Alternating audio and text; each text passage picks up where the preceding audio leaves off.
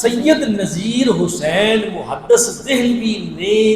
70 سال اور اس کتاب میں 75 سال لکھا ہوا ہے، ایک ہی جگہ پہ بیٹھ کے ہندوستان نہیں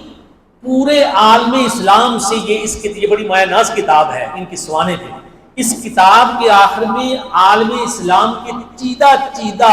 ان افراد کے نام لکھے ہوئے ہیں جو ان سے پڑھنے کے لیے ان کی شہرت سن کے، ایک مایہ ناز استاد ہے دلی میں اور وہ بڑی تفصیل سے پڑھاتا ہے، اور پڑھاتا ہی نہیں ہے عمل کر کے دکھلاتا ہے۔ شاہ صاحب نے جو پہلا پتھر مارا تھا اس کام کو پایا تکمیل تک پہنچایا سید نذیر حسین محدث دہلوی نے۔ ہماری جماعت کے پورے پاکستان میں جتنے مدارس ہیں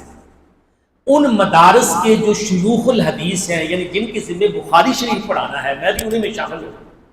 تمام شیوخ الحدیث دور حاضر کے، سابقہ ادوار کے، پورے پنجاب نہیں پورا پاکستان نہیں، تقریباً بر صغیر افغانستان کا 80% حصہ ہم سب کے کسی کے 3 واسطوں سے، کسی کے 4 واسطوں سے،